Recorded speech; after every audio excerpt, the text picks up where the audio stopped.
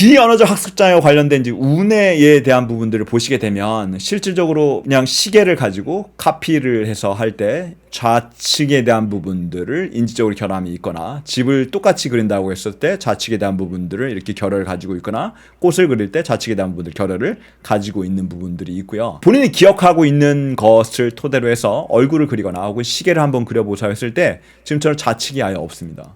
그래서 이거는 이제 편측 무시증이라고 하는데, 이거는 이제 정도가 심한 경우에 운의 문제가 있게 되면 이런 형태가 이제 발생하는데, 좌뇌 문제가 있을 때는 그러면 우측에 문제가 생기나요? 그렇지 않아요. 좌뇌가 있을 때는 전혀 문제가 없습니다. 근데 다만 운의 문제가 있을 때만 좌측의 무시 형태가 발생해요. 왜냐면 운에는 온몸에, 그러니까 보통 저희가 감각적으로 얘기할 때 좌측 뇌는 우측에 대한 부분들을 감지하고 우측 뇌는 좌측에 대한 부분들을 감지한다고 하지만, 우측 대뇌는 제 온몸에 대한 부분들을 인지해야 되거든요. 그래서 좌측 대뇌와는 다르게 우측 대뇌는 제 온몸을 인지하고 거기서 받아들인 감각에 대한 부분들을 다 수용을 해야 되는데, 운의 문제가 특별히 이렇게 이상이 있을 때에는 좌측에 대한 감각들을 무시하는 경향들이 굉장히 심해지게 됩니다. 그런 것들은 이제 왜곡으로 이어지겠죠. 지금 이 그림을 보시게 되면 비언어적인 표현이 어떻게 사회성과 연관되냐라고 이제 생각하실 수 있을 것 같은데, 여기 얼굴 표정 좀 봐보세요. 눈 감은 건 무슨 표정이고, 하나 윙크하는 건가요? 이건 뭐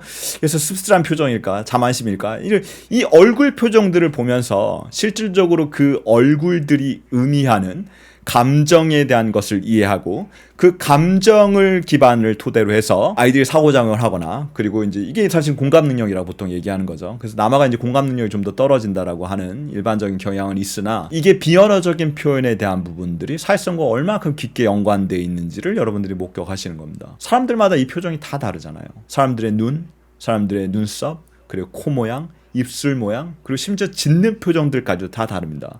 이 미묘한 여러 가지 얼굴이 제시하는 부분들이 사실은 바디 랭귀지를 넘어서 감정에 대한 부분들을 내가 어떻게 읽느냐가 실질적으로 사회적 표현들을 감지하고 거기에 덧붙여서 언어가 가미될 때 이것들을 어떻게 내가 사회적 표현으로 감지하느냐가 사실은 굉장히 중요한 맥락입니다. 서술적 표현과도 관련이 있고, 수학에서 기하와도 관련이 있고, 그리고 사회적 표현과도 관련이 있는 거죠. 그래서 아주 언어적 표현이 뛰어난 사람들 같은 경우에는 사실은 사회성이 좀 저하된 사람들이 있다라고 얘기하는, 근데 어디까지나 그건 일반 기준인 거죠. 근데 그에 비해서 언어적 표현에 대한 그 기술 능력이 굉장히 뛰어난 거죠. 그러다 보니까 사람과의 접촉이 굉장히 나한테 부담돼라고 해서 이제 그런 형태로 직업을 선택하시거나 그런 쪽으로 이제 전공을 선택하시는 분들이 많은 것들은 사실 여기에 대한 것과 깊은 관련이 있어요.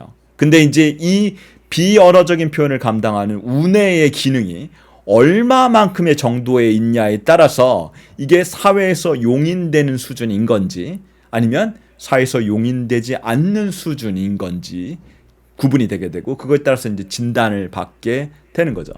그리고 사회에 나가서 사회적인 교류를 할 때 이런 부분들이 계속적으로 문제가 되는 겁니다. 그리고 이 그림 보시게 되면 굉장히 다양한 인종이잖아요. 다양한 인종의 다양한 피부 색깔에 다양한 머리에 안경을 쓴 사람, 그리고 얼굴이 좁은 사람, 길은 사람, 이 모두에 따라서 그들이 짓는 표정들의 맥락이 달라지는데, 이거를 여러분들이 학원에 보내시거나 혹은 센터에 보내셔가지고 이걸 훈련시킬 수 있다고 생각하시게 되면 천만의 말씀입니다. 이걸 어떻게 훈련시켜요? 이 몇만 가지 되는 부분들을. 이걸 가지고 정형화돼서 아까 대수에 대한 개념이 나왔다라고 말씀드렸죠. 그죠?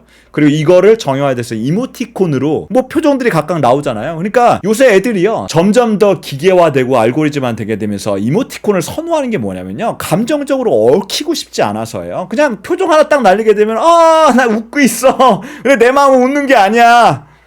네, 내 마음을 들키고 싶지도 않고요. 다른 사람들의 감정을 읽는 것들이 굉장히 소모되는 것이라고 생각하는 겁니다. 사회가 자꾸 그렇게 변하고 있어요. 네, 대면하고, 그리고 사람들을 마주하고, 사람들의 표정을 읽고, 눈을 맞추고, 그런 사회적 작용을 하는 것들이 점점 더 표준화되고 알고리즘화돼서 정말로 간단하게 표현을 하지만, 사실은 그 내면에 있는 그 사람의 사회성이라든가 감정 상태라든가 그런 부분들이 정확하게 기능이 좋다라고 얘기는 못할 수 있는 거죠. 이런 맥락에서 본다고 하면. 그래서 뭐 그런 뉴스 보도 많이 접하셨잖아요. 실리콘밸리에 있는 수백억 대의 부자들은 아이들한테 뭐 패드를 안 주고 핸드폰을 안 준다고 하는 것들이 그런 기계에 노출될수록 논리나 분석적인 부분에 대한 것들의 기능들이 올라갈 수밖에 없습니다. 근데 그에 반해서 그것들을 기준화하고 표준화하고 그것들을 정립시킬 수 있는 비언어적인 표현을 담당하는 운해의 기능들은 계속적으로 그 기회가 줄어들 수밖에 없어요. 현대 생활이 너무나 많이 바뀌었기 때문에.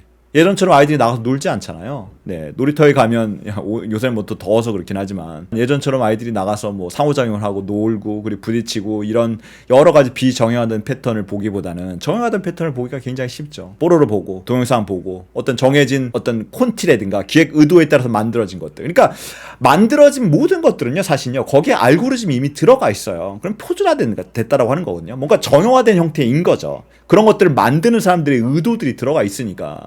근데 그게 아니라 날 것, 센 것, 뭔가 가공되지 않은 것들에 대한 것들을 접하는 기회가 사실은 계속적으로 드물잖아요. 그게 요즘 아이들한테 사실은 비언어적인 표현을 배울 수 있는 기회들이 계속적으로 이제 상실된다라고 이제 저는 생각이 됩니다. 그래서 문제는 존재하는데 문제가 어디 있는지를 알지 못한다라고 하는 것이 문제입니다. 네.